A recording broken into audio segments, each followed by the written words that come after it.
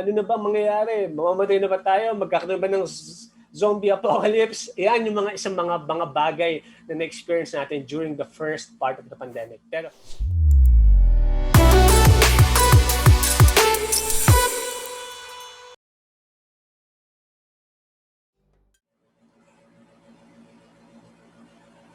alright guys, good morning and welcome to another edition of Sulong Negosyo web series. And I'm Aris, Aquino, and I will be your host for today's webinar series. Kamusta po kayo lahat? And I hope you are doing a great morning. Today is February 26. Masayang umaga po sa inyong lahat. Ayan, so let me just share my screen with you guys sa ating we're actually live on Kumu. So hello Kumu. This is our first time broadcasting sa Kumu. Also, we will be live on Facebook later on. So ang topic po natin is all about financial management for your businesses and for personal finances. So let me share my screen now para sa ating mga Facebook viewers. Sa ating mga Kumu, unfortunately, hindi po natin makikita yung ating presentation for now. Hold on, let me just share my screen.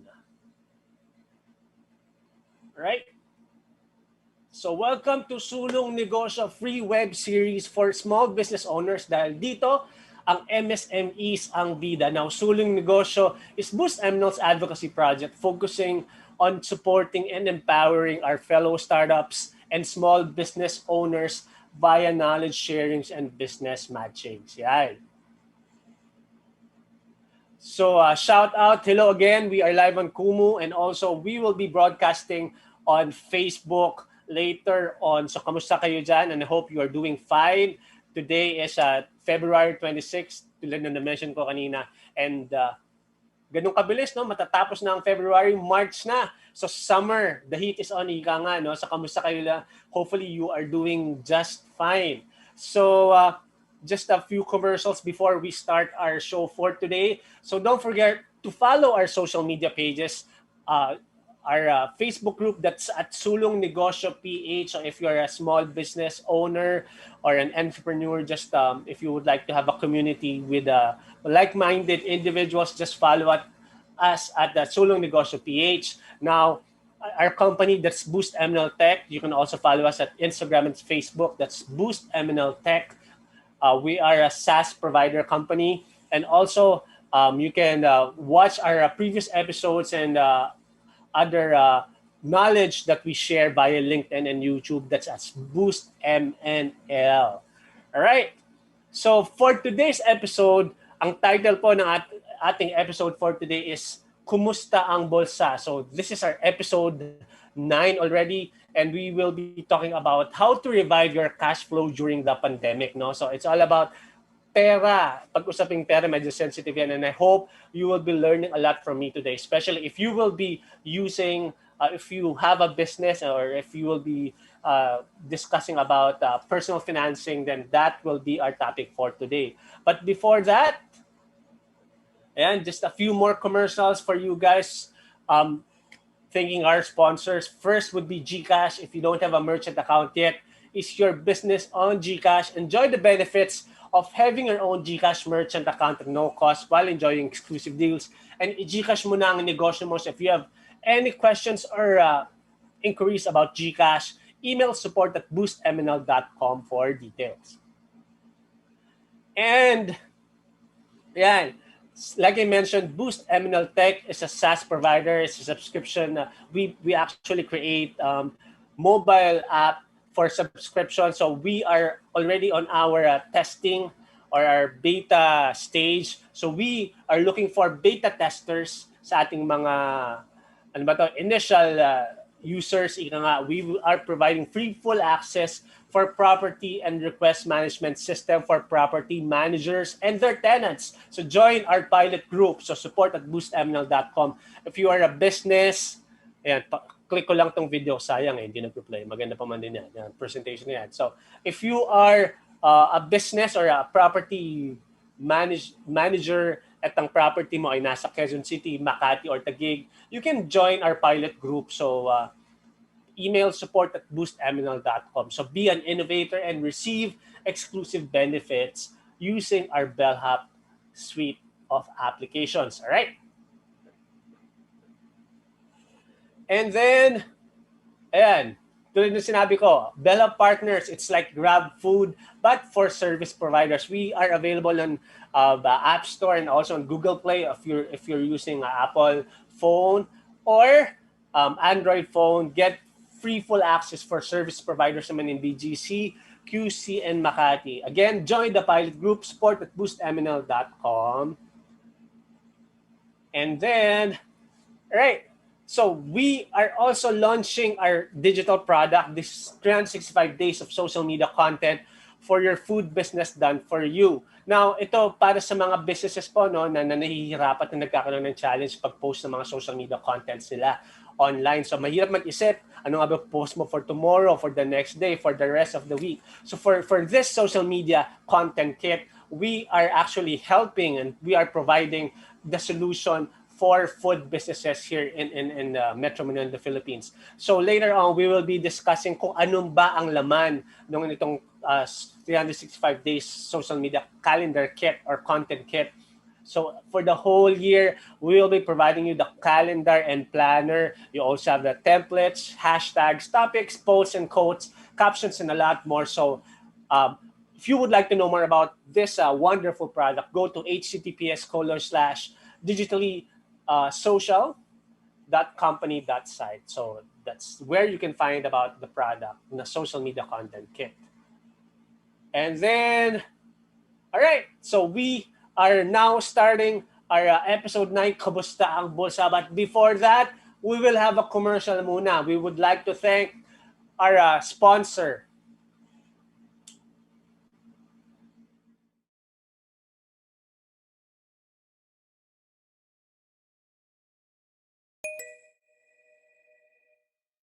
Hi GCash partners! Welcome sa tutorial video tungkol sa GCash Scan to Pay. Sa video na ito, ituturo ang proseso ng pagbayad ng GCash Scan to Pay gamit ang GCash app. Tatalakayin din ang bawat hakbang sa pagproseso at ang magiging experience ng customer at ng frontline. Simulan na nating talakayin ang mga hakbang na gagawin ng mga customer sa pagbayad gamit ang Scan to Pay via GCash app. Step 1, si customer ay magla-login sa GCash app. Step 2, itatap ni customer ang Pay QR icon na makikita sa GCash app. O kaya, simply swipe left para ma-scan ni customer ang merchant QR keycard. Step 3, si customer ay mag-enter ng amount na babayaran. Step 4, makikita ng customer ang detalye ng transaction upang i-review kung tama ang amount na na-enter at kung tama ang pangalan ng merchant. Kailangan i-proceed ng customer ang transaction sa pamamagitan ng pag-tap ng confirm button. Step 5, si customer at si frontliner ay makakatanggap ng text notification mula sa 2882 na kinukumpirma na successful ang pagbayad ni customer. Ano naman ang mga hakbang at experience ni frontliner sa pagbayad ng Scan to Pay gamit ang GCash app? 4 na madadaling hakbang lamang ang dapat tandaan ni frontliner. Step 1, si frontliner or cashier ay magte-take ng order o magsascan ng mga bilihin ni customer. Step 2, sasabihin ng frontliner ang total amount na dapat bayarin ni customer. Step 3, kailangan hintayin ng frontliner ang text notification mula sa 2882. Ito ay confirmation na successful ang transaction. Tandaan, kailangan i-check ni frontliner ang mga sumusunod na impormasyon para ma-validate na bayad na ang customer. Petsa at oras ng transaction, halaga na binayaran at transaction reference number. Step 4, pwede na mag-issue ng OR si frontliner sa customer. Ang simple, di ba? Congratulations! Handa ka nang tumanggap ng GCash Scan to Pay payments gamit ang GCash app.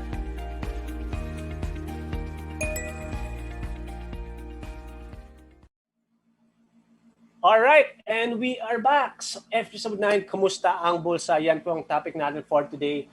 And let me just share my slides for you. I have that on another presentation.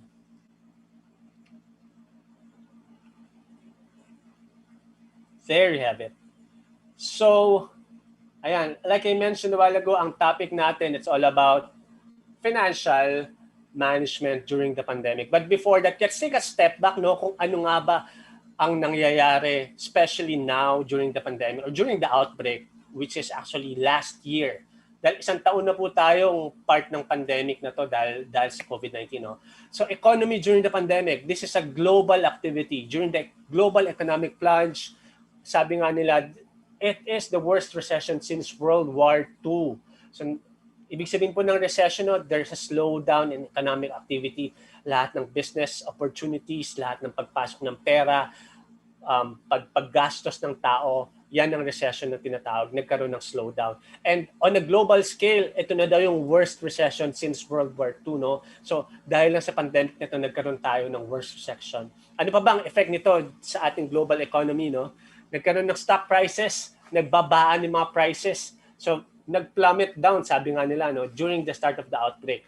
Nagbagsakan ng presyo ng mga stocks, prices, dahil sa COVID-19. Yan. Tapos, because of that, ang world economies nag-struggle with rising unemployment dahil nga maraming nagsarang businesses because of the COVID-19. Maraming pong nawalan ng trabaho. So yan, no, isa yan sa mga effect ng pandemya sa buong mundo. And lastly, nagkaroon ng problema sa global tourism. Alam naman natin, since due to the restrictions na nilatag ng bawat bansa, no, so nahirapan yung mga tao na mag-travel, no, so nagkaroon ng problema sa global tourism. Now, kung ano man ang effect ng pandemya sa ating on a global scale, of course, naramdaman din natin yan dito sa Pilipinas.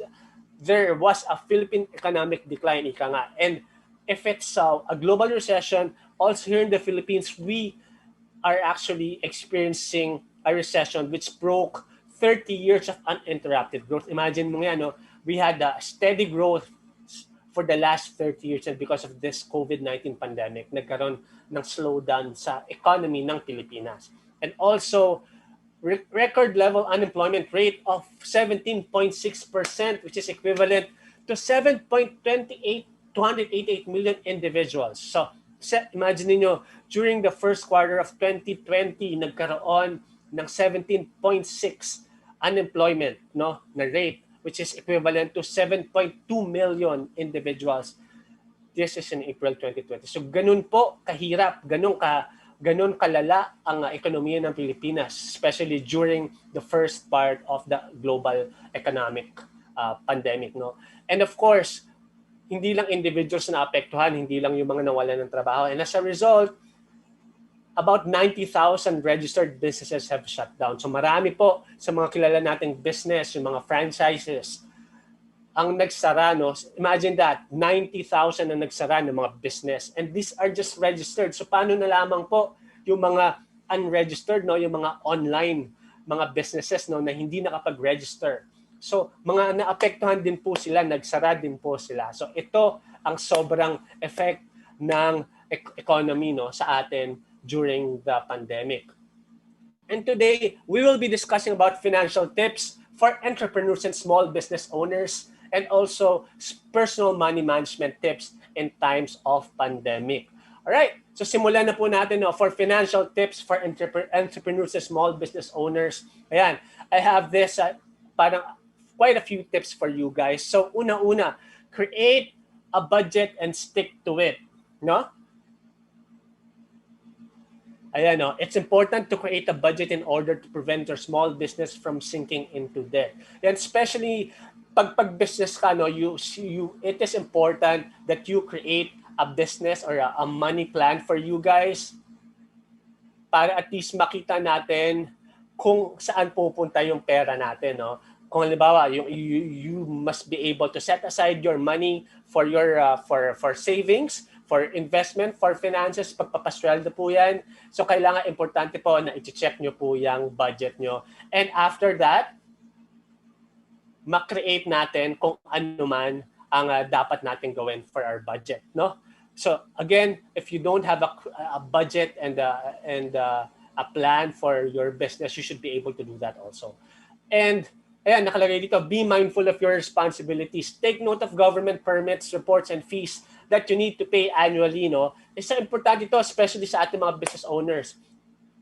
If it's a new business, of course, you have to pay for the first time yung annual registrations, your BIRs, your LGU or your local government permits, no? Your barangay permits also. So you have to settle down. And kung mag-renew naman kayo every year, make sure na you renew it before the end of January. Kasi karamihan po sa ating mga LGUs, meron po mga, ano yan, may mga deadlines for renewals. So, importante na makapag-renew kayo on time. Otherwise, kung hindi po kayo makapag-renew on time, magkakaroon po kayo ng penalty. And alam po sa BIR itself, no, 1,000 no, per missed report or deadline.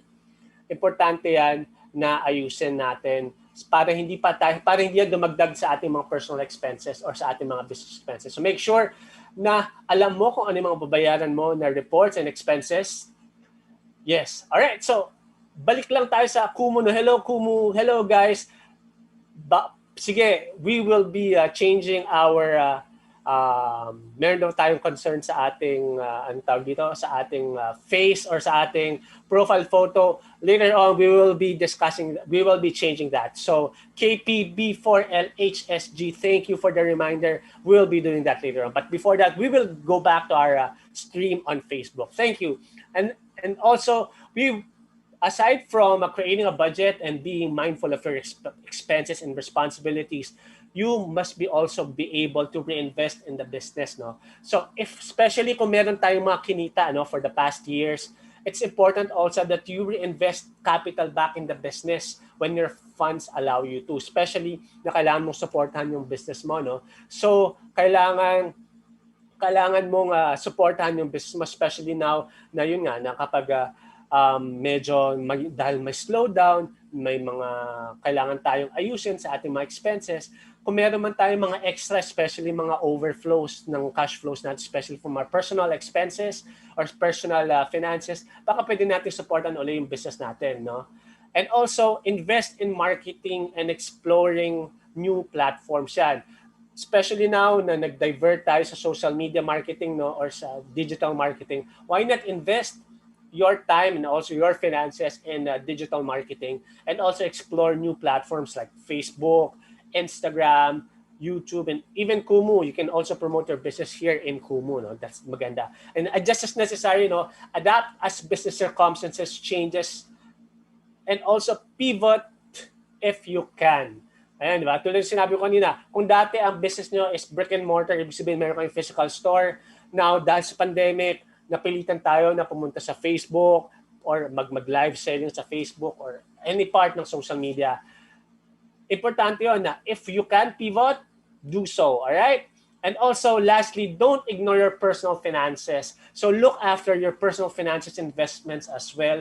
Hindi lang yung business, no? Imagine mo kasi your personal finances will definitely support your business finances. And make sure you are also paid too, no? Ibig sabihin, kung nag-run ka ng business maminsan, especially sa mga business owners, no, minsan akala natin okay na yon na yung income natin would go straight to the business, pero make sure that you are also compensated dahil this is also a good reward for you. All right? So before we continue to our next topic, we will have another word from our sponsors.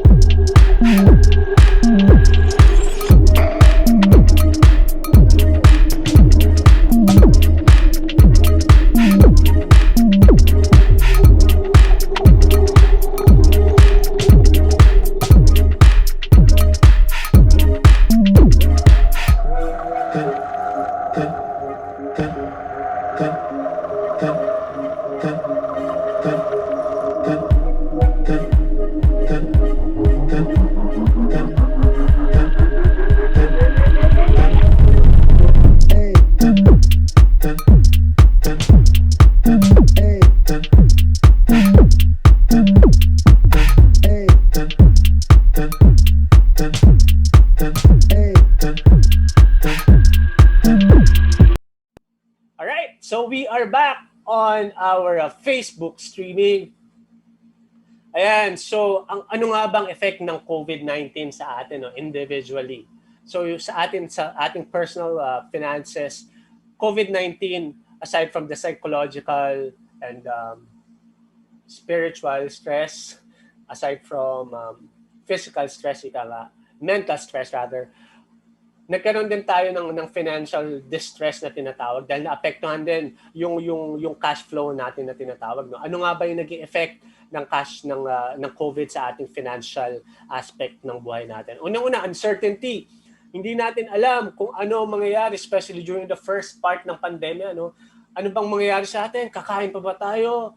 May darating pa bang pera sa atin? Paano yung mga customers natin, kliyente natin, yung mga bumibili sa atin, paano yung mga bayarin natin, sino magbabayad, ano na ba mangyayari, mamamatay na ba tayo, magkakaroon ba ng zombie apocalypse? Yan yung isang mga bagay na na-experience natin during the first part of the pandemic. Pero as the month progresses, yun nga, nagkaroon ng clarity, especially now, na medyo nagiging maayos naman na, naging optimistic na ang outlook natin sa pandemic na to because of paparating na ang vaccine, and slowly we are adjusting also, and hopefully dumating na yung vaccine at maturukan na tayong lahat para magkaroon na tayo ng tawag dito, ng immunity, ika nga, sa COVID-19 na yan.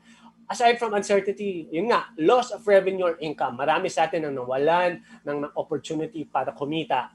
And because of that, naapektuhan yung ating financial, no, na napamumuhay dahil hindi natin alam kung paano natin babayaran ang ating mga expenses. Ayan, aside from that, unexpected expenses, especially for those who were affected by the COVID-19. Ako, meron akong mga kakilala or kamag-anak na naapektuhan ng pandemya o ng COVID. So, nagkaroon ng financial distress, lalo na kung saan kukunin yung pambayad sa hospital bills, no? Especially sa COVID-19. ICU ko kaagad. So, mahirap ang usaping financial during the COVID-19 pandemic.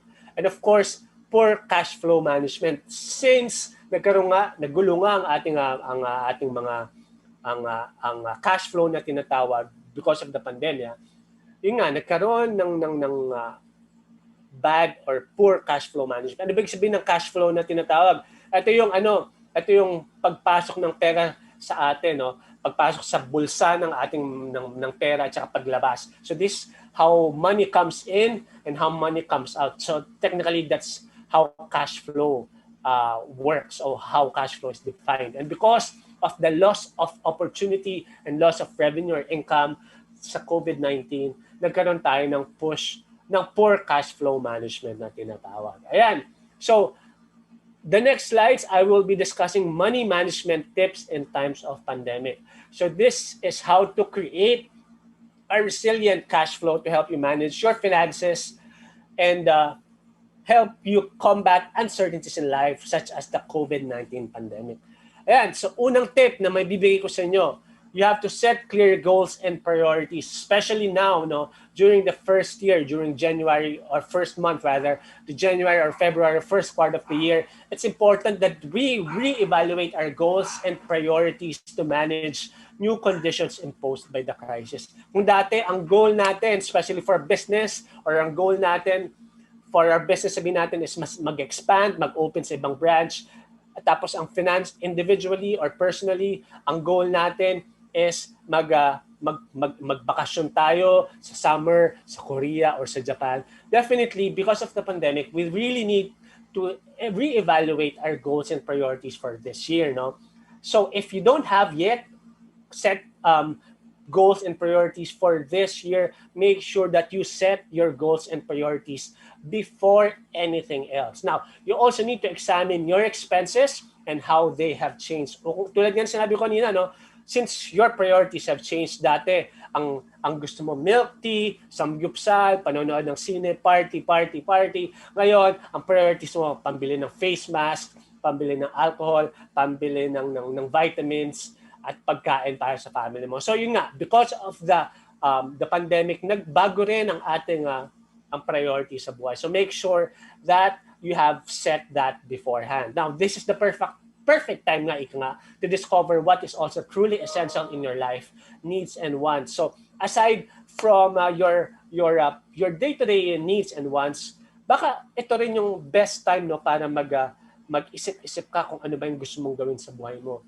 di ba? It's time to contemplate ika nga and reassess kung ano ba yung gusto mong gawin sa buhay mo, and especially also for your goals, for your families, for your business, and also. All right? And when setting goals, make sure to make them smart and put a price tag when applicable. And ibig sabihin, you've learned about this, no? Smart goals. That's specific, measurable, attainable, relevant, and time-bound. So yun ang ibig sabihin ng SMART, and put a price tag when applicable. So when you write down your goals, make sure na ito, indicated tong mga examples na to. No? Say for instance, ang goal mo for Q3 or end of March, yun yung timeline mo. No? End of March is makapag-ipon ka ng 5,000 pesos sa iyong bank. So that's a goal. Diba? That's actually specific. It's measurable because you set a certain amount. And is it achievable? Yeah. Technically, you still have 1 month to save for that. And is it relevant? Yes, because you're talking about spending. No, you're talking about saving.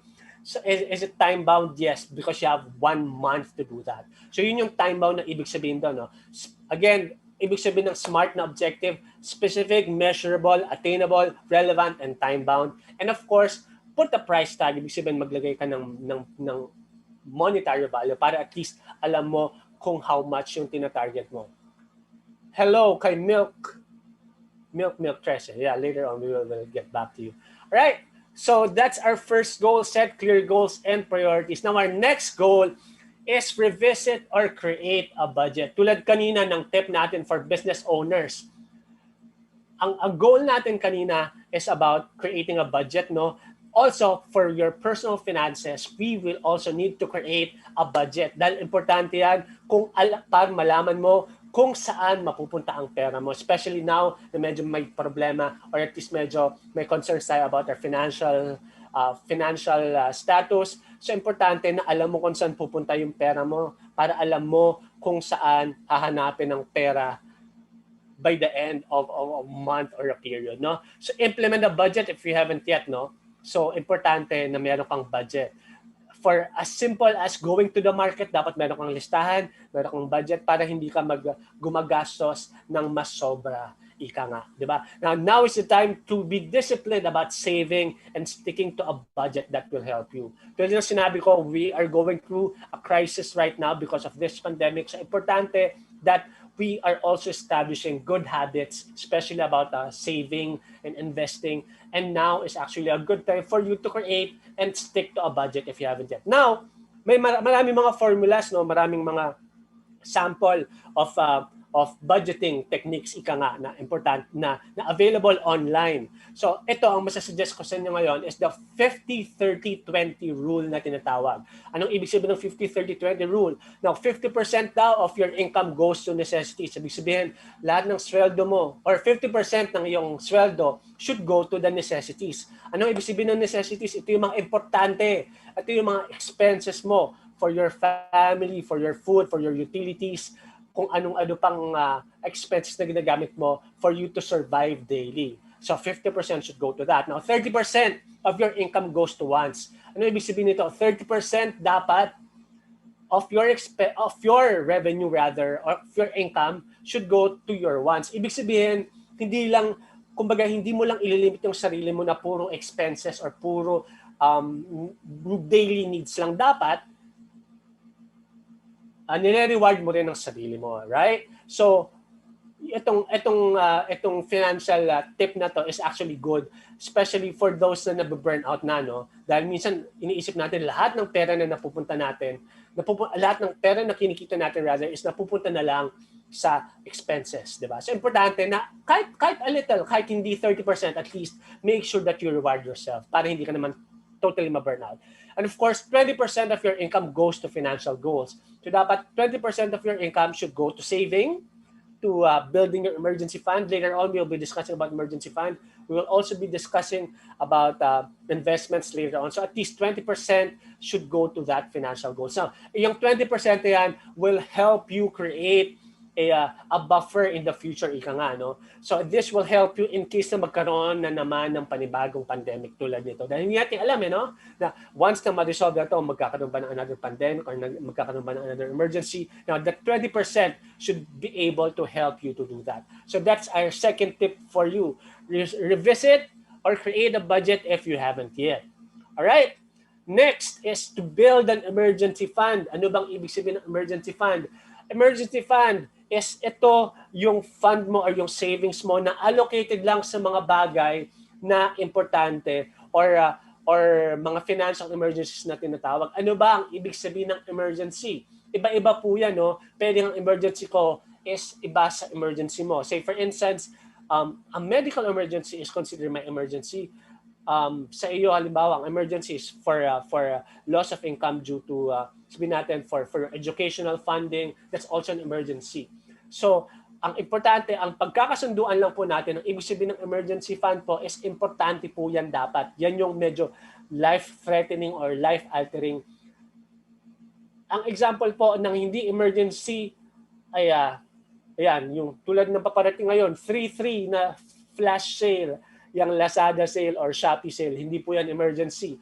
Add to cart, hindi po yan emergency. Ayan, yung pagbili ng bagong gadget, may bagong iPhone 12, hindi po yan emergency. Now, importante na when you create an emergency fund, this fund will only be allocated and spent when these things happen. No? So ano ba yung ibig sabihin or gaano ba karami dapat yung emergency fund na iniipon natin? Now, consider building an emergency fund for unforeseen events yan. Tulad nito, pandemic or may accident or may magkasakit or kung ano pa mang hindi natin inaasahan na kailangan natin gastusan ng malaki, ito po yung mga emergency funds na tinatawag. So general rule, dapat meron kang 3 to 6 months worth of your monthly expenses. Just in case na hindi ka nga makapagtrabaho, merong tutos-tos para sa emergency fund. Pero because of this pandemic nga na nangyayari ngayon, hindi yung general rule before na 3 to 6 months, mukhang kailangan nating stretch pa mukhang kailangan pang 1 year dapat, no?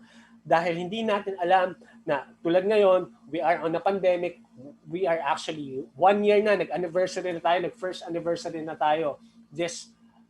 Actually, mag 1 year pa lang pala tayo by March 15, no? So imaginein mo kung wala kang business opportunity or income opportunity or revenue opportunity for the 1 year, tas wala ka pang ipon, no? So yun na lang ang kailangan mong paghandaan for the emergency fund. Alright, so yan, that is our third tip for today, build an emergency fund. So ang first tip natin, set clear goals. Second would be create a budget if you haven't yet. And third is build an emergency fund. So before we continue to our next tips, we will have another commercial for you guys. Thank you to our sponsors.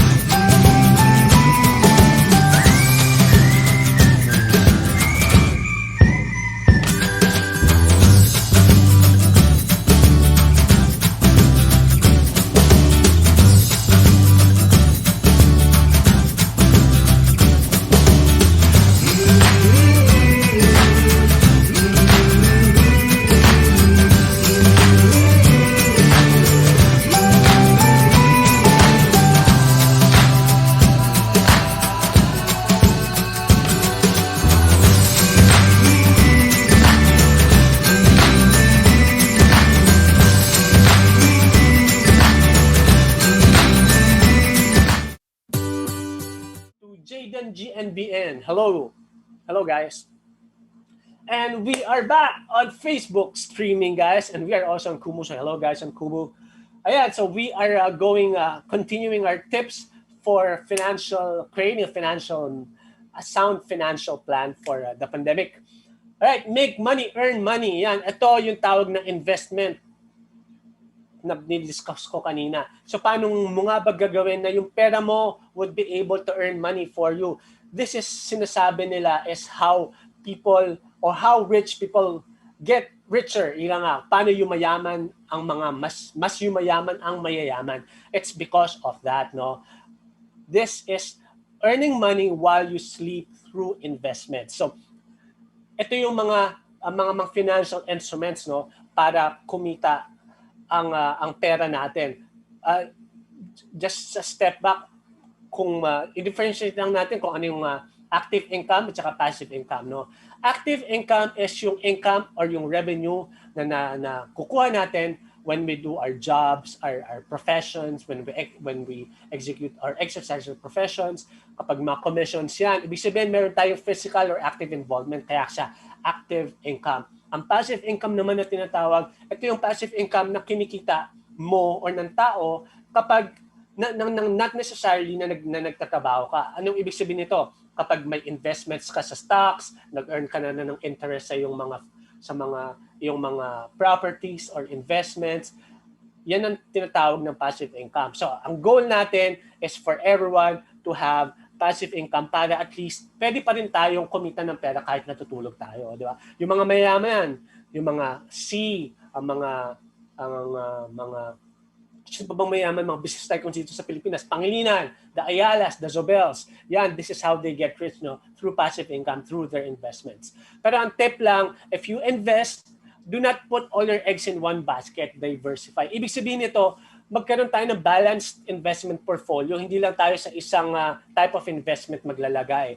Para in case na mag-down yung business na yon or yung type of investment na yon, hindi lahat babagsak yung investment natin. So at least, ibig sabihin nito, say for instance, nag-invest ka sa stocks, nag-invest ka sa mutual funds, nag-invest ka sa insurance, nag-invest ka sa real estate. So iba-iba yung investment mo. So importante that you do that, no? Just in case na bumagsak yung real estate, hindi maapektuhan yung ibang investment mo. So ibig sabihin nito, you diversify your investments. And also, during the time of pandemic, take advantage of lower interest rates. Ibig sabihin, mas mababa po ang pag-purchase ng mga properties ngayon, ang pag-purchase ng insurance, ng investment plans, investment products. Since due to the pandemic, marami pong nagpapababa ng interest para lang mag-invest ang mga tao. So make sure that you take advantage of that. And also, take advantage of online technology to manage your money, no? So make sure na since you're logged on to your mobile phones, your social media pages, maraming mga ways for you to monitor. No, may mga mobile apps for you to monitor the stocks, the movements of your mutual funds, of your investments through mobile applications. So make sure that you also take advantage of the online technology. And lastly, don't liquidate your long-term investments. Ano ibig sabihin nito mga long-term investments? Ito yung mga real estate, yung mga insurance yan. So especially during the first part of the pandemic, no, medyo natakot tayo dahil yung stock market bumagsak. So wag po natin i-liquidate. Ibig sabihin nito, wag po natin siyang ibebenta. Kasi, sabi nga nila, ang lahat ng bagay na bumabagsak, eventually tataas yan. So, tulad ng sinabi ko, yung stock prices before the March 2020, sobrang baba yan. Pero ngayon, slowly recovering ng economy ng Pilipinas. So, yung ating mga long-term investments, tuloy-tuloy na makakabawi yan. So make sure na kung ano man ang long-term investment nyo, and especially na wala naman kayong kailangan na immediate for your financial activities, so wag na muna natin gagalawan yung long-term investment. So that's it. Make money, earn money. So make sure that you invest.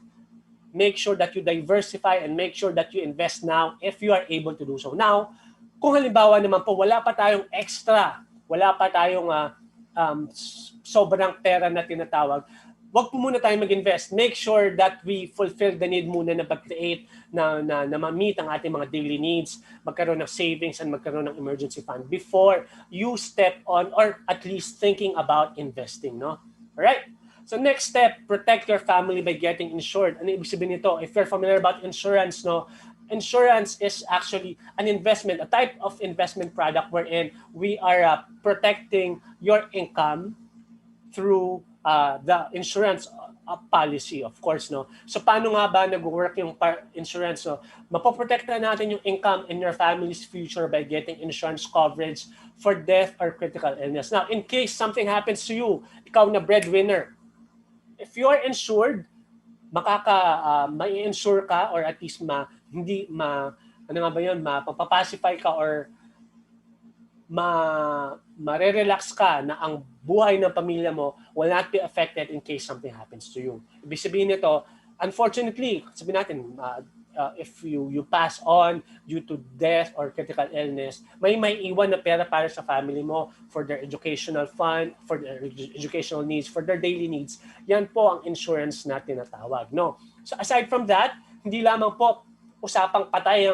ang insurance. So now, you can also build your educational funds, your educational needs for your children, especially by creating or choosing an insurance product with guaranteed cash benefits and endowments. So pwede na rin yan, no? Habang nagka-college yung anak nyo, magkakaroon siya ng parang steady flow of money na para maging allowance niya, or especially parang for special projects, for their tuition. Insurance products are also geared towards answering that specific need. And lastly, if say for instance, alam mo naman na you're preparing towards your old age, insurance also is a good material or a good investment for your retirement. So meron tayong mga insurance na merong investment components na pwede nyo i-maximize dahil lalaki yan at lalaki over the years. Now, you have to remember, guys, especially familiar na kayo or medyo famous to ngayon yung VUL na tinatawag, yung Variable Universal Life Insurance. This is a long-term insurance product, no?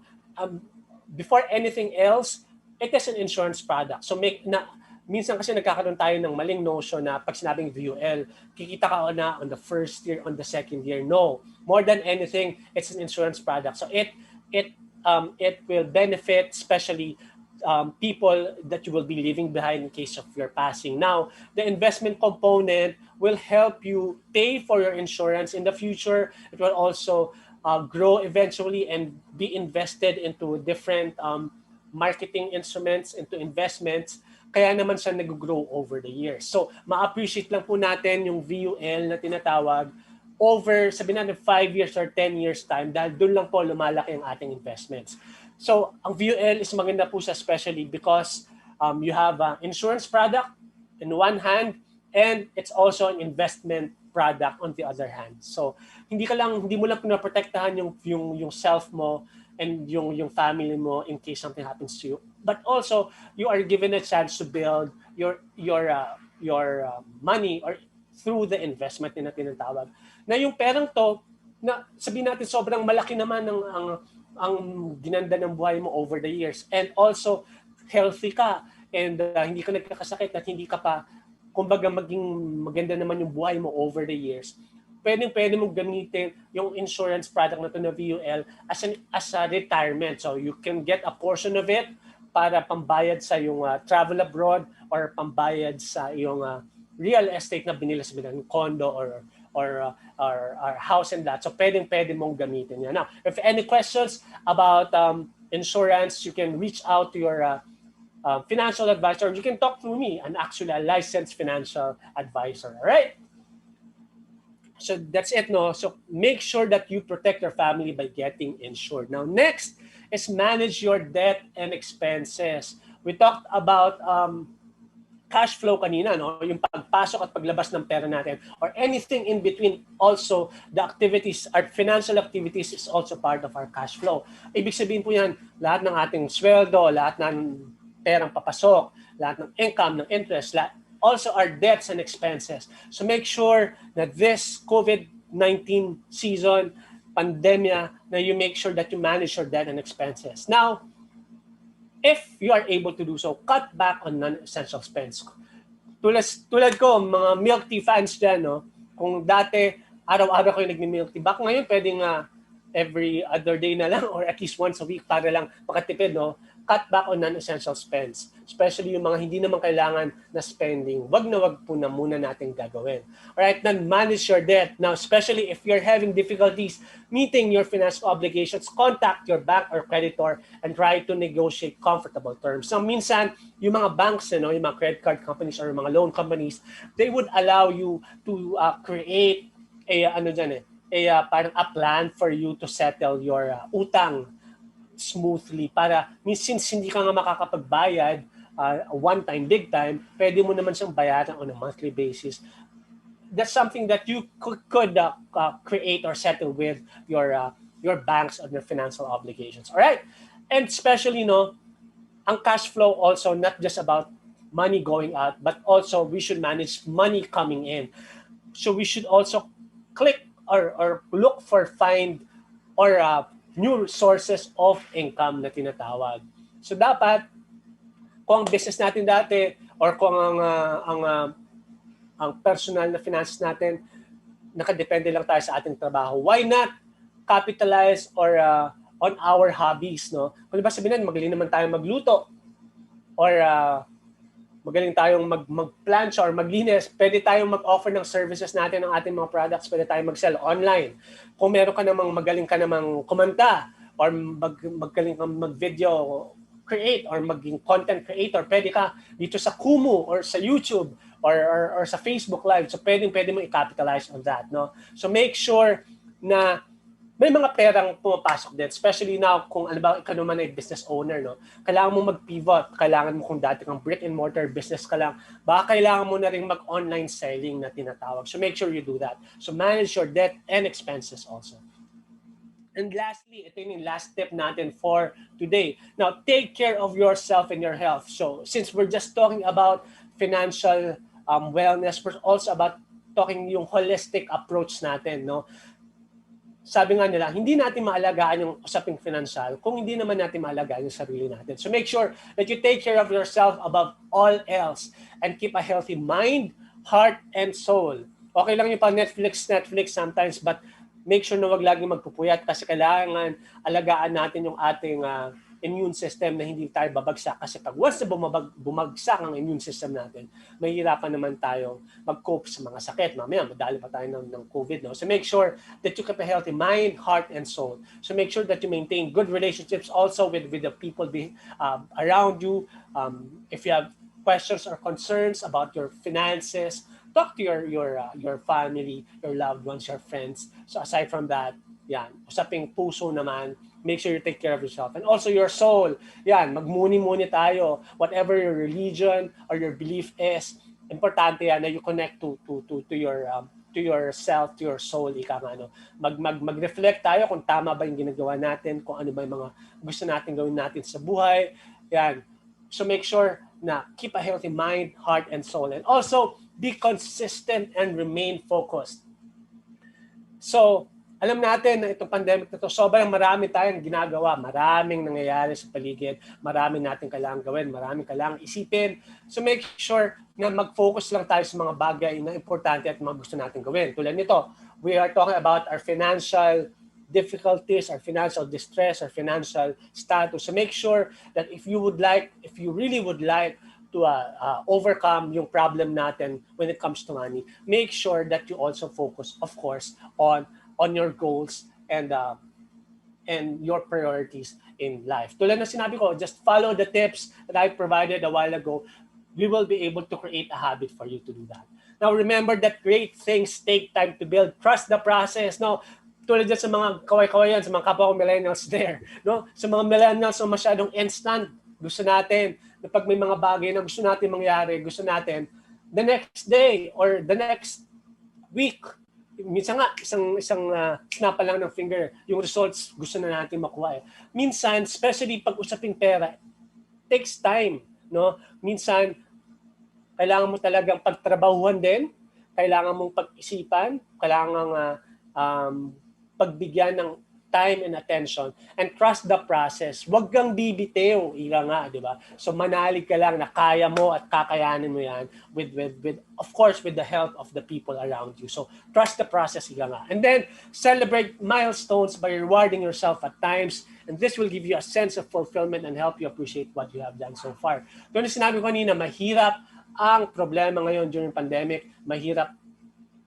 It's not just for you, it's for everyone else, diba? So we make sure that for 2021 we thrive, we become successful, and importante na minsan mag-celebrate din tayo, minsan mag-milk tea, magsamgyupsal ka kung kaya.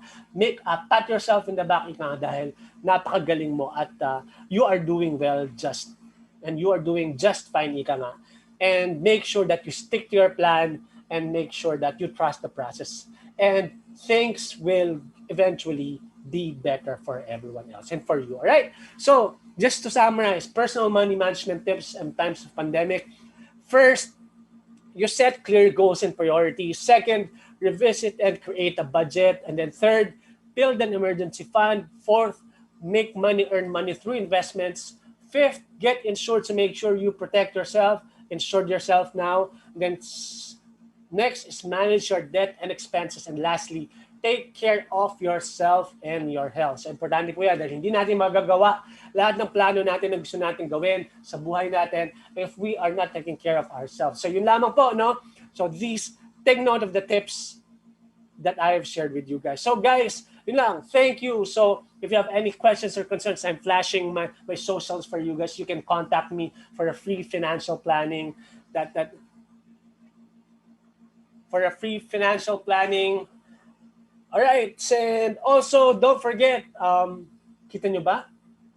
Katli that Sulong Negosyo episode 9, F9. So make sure that you check this out. That's cutt.ly/Sulong Negosyo episode 9. Make sure that you follow this link for a survey for any violent reactions or concerns or questions that you would like to have in the future episodes of Sulong Negosyo, or just in case na meron lang kayong gustong malaman about personal financing, you can do that also. You can also message me for individual or free financial planning. I also give one-on-one financial planning for you guys. All right. So before we do that, let me just stop sharing my screen and let me just go back to my previous screen. Ayan. To our Sulong Negosyo. Hold on. All right, kamusta kayo sa Kumu? All right, let me share my screen. If you have any questions or concerns, just share them over sa ating Facebook page or sa ating Kumu page if you have one. All right. Now, again, we would like to thank you and I hope you learned something from me today. Watch out for our next episode as we will be broadcasting live, hopefully on Zoom and Facebook and also on Kumu. All right? And then, again, a word from our sponsors. Share ko lang ang aking screen ulit. Especially sa mga GCash, sa ating mga merchants. If you are not on GCash yet, make sure that you enroll your business now. Is your business on GCash? So get your own GCash merchant account at no cost while enjoying exclusive deals. Mag-GCash ka na. So email sales@boostmnl.com for details. All right. And don't forget to follow our social media pages. Our Facebook group, that's at Sulong Negosyo PH. Our Facebook page for our business and Instagram page, that's Boost MNL Tech. And then for previous episodes of our webinar series, you can check our YouTube page, the Boost MNL, and also our LinkedIn pages for articles and knowledge sharing na binibigay namin for you guys. All right? And next, commercial then, we are, again, if you would like to get your e-certificates or your surveys, and if you would like to know the chance for you to have a free financial planning, a one-on-one, and also a chance for you to win our social media content page. Yan, we will be emailing that to you. So make sure to register, guys. That's https:// to cutt.ly/Sulong Negosyo EP9 for episode 9. Again, that's https://cutt.ly/Sulong Negosyo episode 9 for survey and e-certificates. Alright? And again, maraming salamat partners dito sa Sulong Negosyo. Ikaw ang bida. I am Aris. I am your host for today on behalf of Jared Anton from Boost MNL. Maraming pong salamat. And maraming salamat sa inyo sa Kumu. Hello, Tam1513. Hello, Zuhan. Hello, Joy Escala. Hello, Make Me Trece. Hello, Vanessa Denorod. Hello, CJ Tudillas. Hello, Jaden. Hello, Exokun. Hello sa inyo lahat. Hopefully, you have learned something from me today. Maraming salamat. Bye-bye till our next episode for Sulong Negosyo. Bye!